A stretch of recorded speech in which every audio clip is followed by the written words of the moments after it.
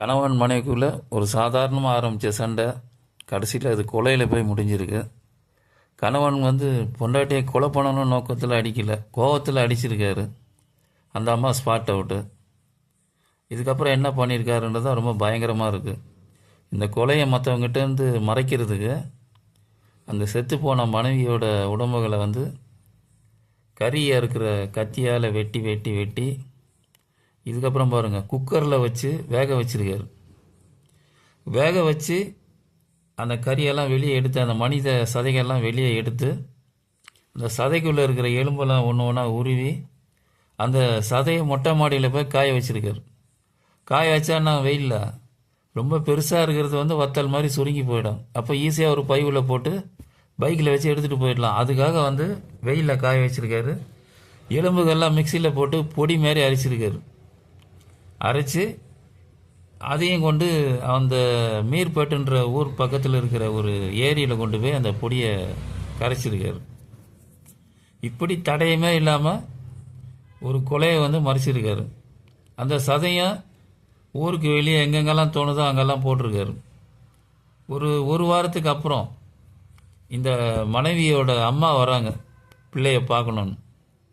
அப்போ அவர் என்ன சொல்கிறாருன்னா, என்கிட்ட சண்டை போட்டு கோச்சிக்கிட்டு எங்கேயோ போயிட்டா, நானும் அவளை தான் தேடிக்கிட்டு இருக்கேன் அப்படின்னு சொல்கிறாரு.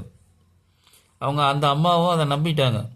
சரி ஏதோ சண்டை, எங்கேயோ போயிருக்கோம் வந்துடுவா அப்படின்னு. நீங்கள் தேடலையா அப்படின்னு அந்த அம்மா இவரை கேட்குறாங்க. இல்லை உங்கள் வீட்டுக்கு தான் வந்திருப்பாங்க, அம்மா வீட்டில் இருப்பாங்கன்னு நான் நினச்சேன். ஆனால் இப்போ நீங்கள் வந்ததுக்கப்புறம் தான் தெரியுது அங்கேயும் இல்லை அப்படின்னு. அதுக்கப்புறம் நேராக போலீஸ் ஸ்டேஷன் போயிருக்காங்க. அதாவது இந்த சம்பவம் எங்கே நடந்ததுன்னா தெலுங்கானா மாநிலத்தில் இருக்கிற மீர்பட்டுன்ற ஊரில் நடந்திருக்கு. இப்போ ஸ்டேஷனில் போய் கம்ப்ளைண்ட் கொடுக்கும்போது அவங்களும் கேஸ் ஃபைல் பண்ணிடுறாங்க. அந்த மனைவியை தேட ஆரம்பிக்கிறாங்க. ஆனால் தேட தேட தேட ஒரு பிரயோஜனமும் இல்லை, எந்த விதமான க்ளூவும் கிடைக்கல. அதுக்கப்புறம் போலீஸாருக்கு இந்த கணவன் மேலே ஒரு சந்தேகம் வருது. அப்போ அவரை உட்கார வச்சு கிடுக்குப்பிடி விசாரணை பண்ணும்போது அவர் உண்மையெல்லாம் ஒத்துக்கிறார். அவள் வாக்குவாதம் எங்களுக்குள்ளே நடந்தது, அது பெரிய சண்டை ஆயிடுச்சு. அதுக்கப்புறம் அவன் என்ன பண்ணிட்டான்னா, நான் கட்டின தாலி அடித்து மூஞ்சி மேலே தூக்கி எறிஞ்சா, அந்த கோவத்தில் நான் அடித்தேன். அடி வாங்கின உடனே கீழே மயக்கம் அடித்து விழுந்துட்டா. சரி எழுந்திரிச்சிருவா மயக்கம் தெளிஞ்சின்னு பார்த்தா உயிர் இல்லை.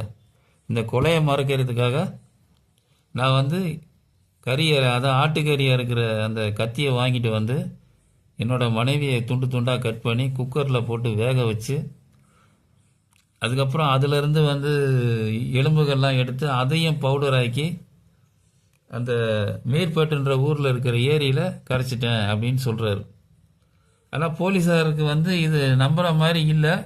இருந்தாலும் அவர் சொன்ன விதங்கள்லாம் பார்க்கும்போது இவர் கொலையை மறைக்கிறதுக்காக இப்படி பண்ணியிருக்கலாம் அப்படின்னு ஒரு ஒரு ரெண்டு மனசோடு இருக்காங்க. இவர் மேலே சந்தேகமும் இருக்குது, இவர் சொன்ன விஷயங்களும் அதுவும் சந்தேகமாக இருக்குது, பொய் சொல்கிறாரா என்னவோன்னு.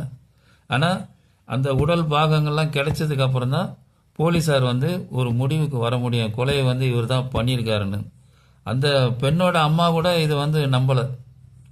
இந்த சம்பவம் தெலுங்கானா மாநிலத்தில் இருக்கிற மீர்பட்டுன்ற ஊரில் வெங்கடேஸ்வரா காலனி அவங்க இருந்த தெரு, அந்த இடத்துல நடந்திருக்கு. இன்னும் ஒரு வாரத்தில் அந்த சதையெல்லாம் தேடி கண்டுபிடிச்சி அதுக்கப்புறம் போலீஸார் ஒரு முடிவுக்கு இவரை கோர்ட்டில் கொண்டு போய் நிறுத்துவாங்க. இப்போ அண்ணன் ஜெயிலில் இருக்கார். ஒரு வாரத்துக்கு அப்புறம் தான் தெரியும் இந்த கேஸ் எப்படி போகுதுன்னு. பாருங்கள் எப்படியெல்லாம் நடக்குது பாருங்கள் குடும்பத்துக்குள்ளே சண்டை. அதுதான் சண்டை வரும்போது ஆண்கள் வெளியே போயிடணும். மனைவி கிட்ட ஒரு சண்டை வந்துடுச்சு அப்படின்னா வெளியே எங்கேயாவது போயிடணும். போயிட்டு ஒரு மணி நேரம் கழித்து வந்தவுடனே அந்த மைண்ட் செட்லாம் மாறிடும். அதாவது எப்போ சண்டை நடந்தாலும் புருஷன் பொண்டாட்டிக்குள்ளே சண்டை நடக்காமல் இருக்காது. அங்கேயே நின்று வார்த்தைக்கு மேலே வார்த்தையை போர் தொடுத்து அது வளர்ந்து அதுக்கப்புறம் அடிக்க போய் யாரும் கொலை பண்ணணுன்ற நோக்கத்தில் அடிக்க மாட்டாங்க.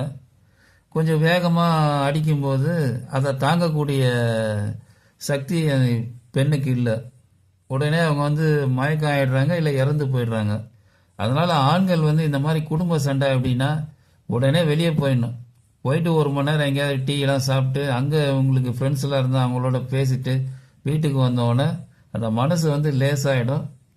சண்டையும் வந்து நம்ம பெருசாக எடுத்துக்க மாட்டோம்.